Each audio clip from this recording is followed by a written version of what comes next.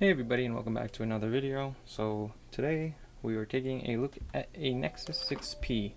So this Nexus 6P kind of has a battery issue. So the battery powers on. It powers on for like 5-10 minutes, and then the battery kind of goes. So let's see if we get it to work. I know it looks like the screen's cracked, but it's actually a screen protector on it. Just gonna power on to Google, and then it's just gonna like crap out. And I'm going to try replacing the battery today, and also I'm going to be replacing the back panel. I think the black looks nicer, but I didn't realize, and as you see there, phone died.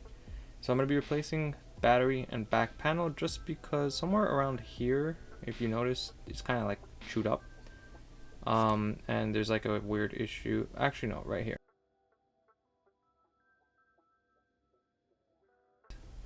And I guess up here too.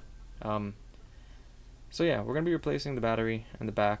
I do like this black back on the Nexus, but we only have, I didn't realize, and I thought it was white, so I bought a white back. But all these parts can be found online.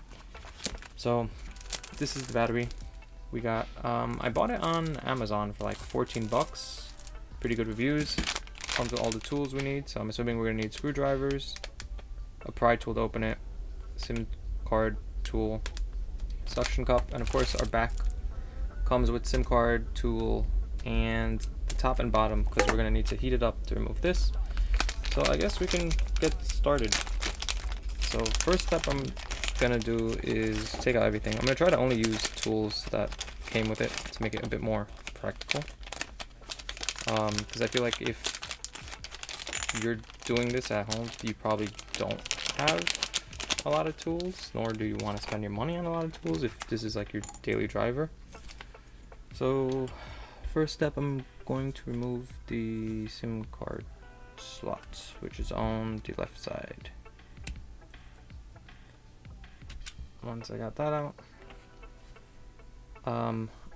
I think on the Nexus 6P I have to heat up the bottom and the top. I haven't done this before with any phone, so let me make a little bit of space, tidy things up, this aside. Actually, yeah, if we look at it here, I think there are going to be a few screws on the bottom and a few screws on the top, so I need to heat this up and get in there, and then heat this up and get in there. So I'm going to set my heating station to I don't want to go too hot. I'll go 201 Celsius. Knocking everything over. Sorry, give me a second. Just want things to get out of the way. Let me just get the screwdriver out of the way. Okay, so I want to heat up the bottom. Oh, this feels very unnatural. I probably want to get in there, so let's go this way.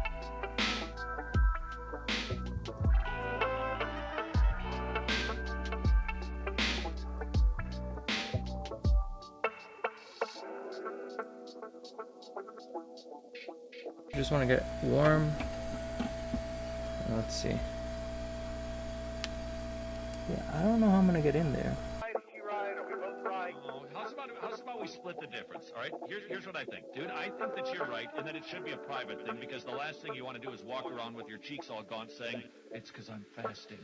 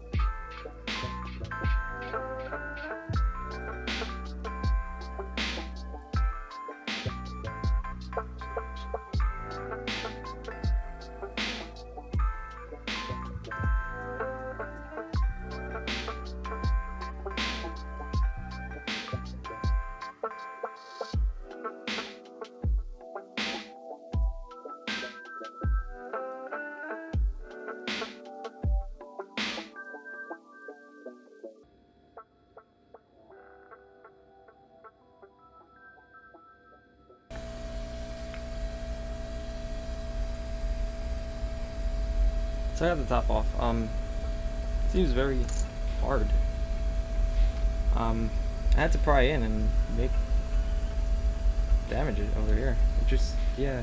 I don't know how you get a pry tool in with these, like, they're these weird grooves. So I don't know how something like this would necessarily fit in. But I got that off, and a screw came out with it, which is very interesting. So we need to do the bottom. I'm gonna try the same thing.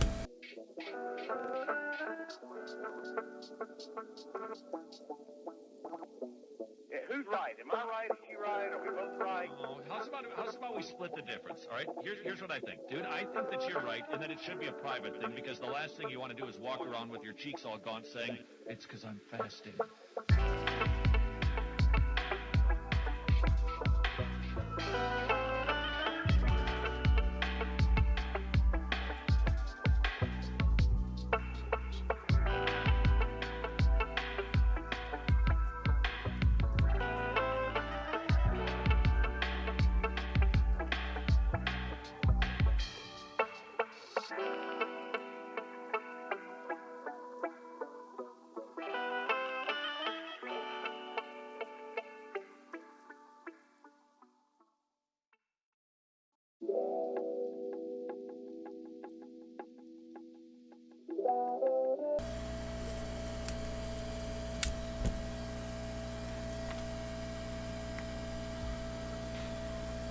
So I have the bottom off also. It's so, these strips are so weird because they're so thin, and it looks like you're doing damage to them and the body, but the body itself kind of comes out fine other than this one scratch. And I mean, even the top, I got one nick, but I don't know.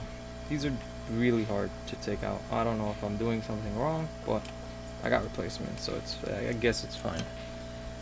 Let me turn off my station. Give me a second.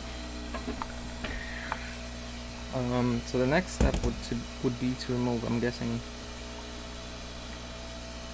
this screw and these 3 screws. Interesting part about it is there's stars, and I got, okay, I do have a star. I was gonna say they sent me flats. All the screws look like they're the same, so shouldn't, yeah, they're all the same.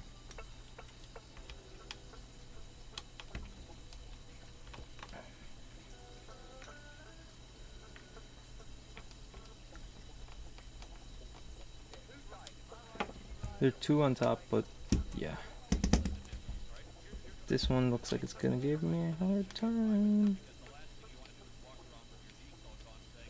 Yeah, this one's stripped.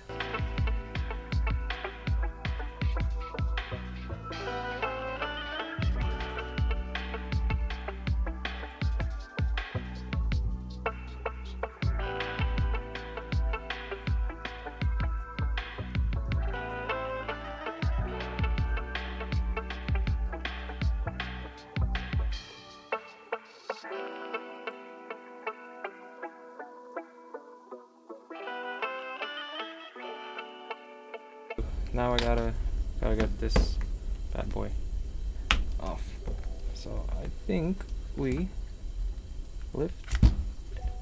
Yep, and the whole thing should come right off.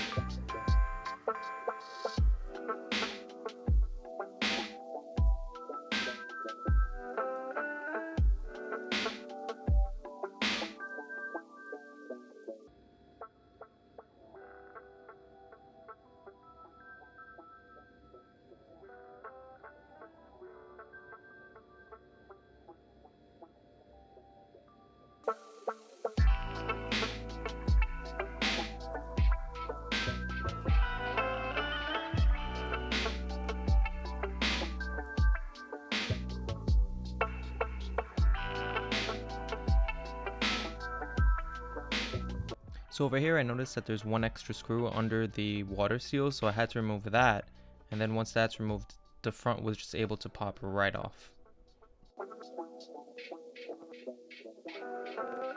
So over here I'm just trying to figure out which cable goes where, and I'm unhooking the cable from the bottom that goes right over the battery, just because we're going to want to take the battery off. And there's also a bracket that you have to unscrew, the one screw that's holding on the top of the cable, and then the cable that's connected to the battery. So I'm unscrewing that, taking it off, and then I'm going to remove the battery cable so I could just take that right out of the back of the device.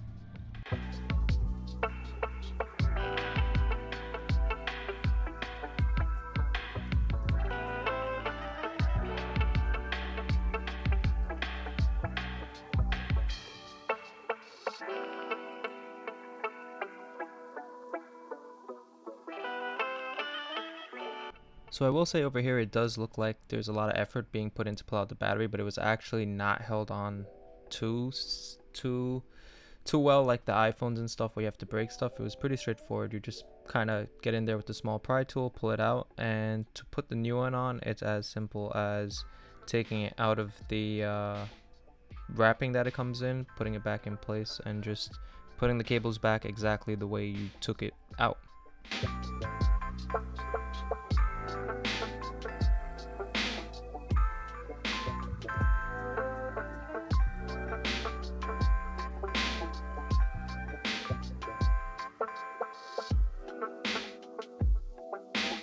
So I will say here, what was a little confusing to me was that the new battery, the cable that attached was actually slightly shorter than the original one.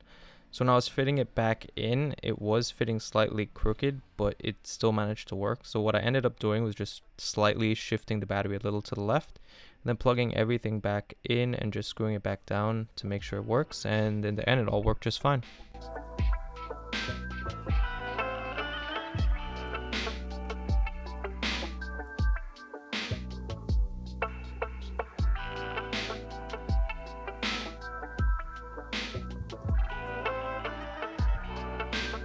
So the funny part about taking the phone apart was that when I was taking it apart without removing the one screw, it looked like it was prying the top from the LCD. So I was trying to figure out here which one of the buttons was actually the power button, because I wanted to test it and power it on to make sure it would work before putting it all back together, so I wasn't wasting my time. But as you'll see in a second, once we get it to power on, everything seems good and it was good to go.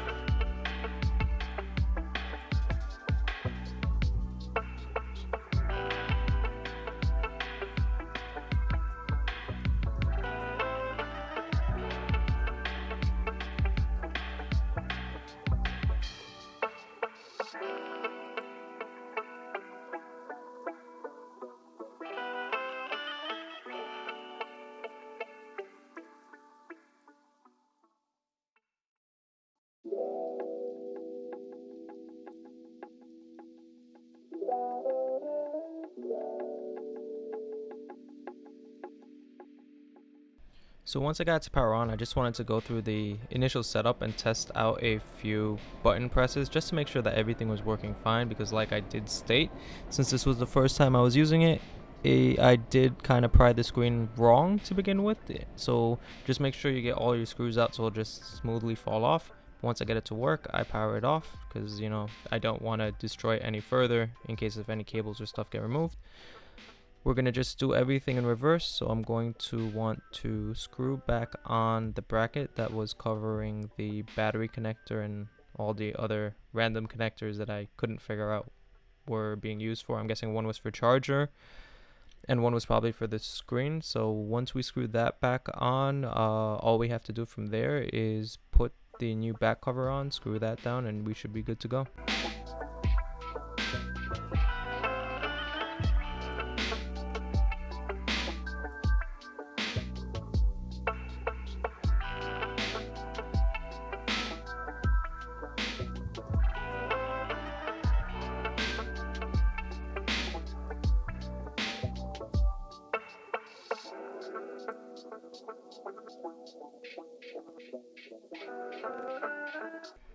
So here we have the back cover. It's as simple as the way you take it out. So you just kind of snap it back in place. You do kind of want to angle it where the right side with the buttons is on the bottom, so when it fits in it doesn't push the buttons out of the way.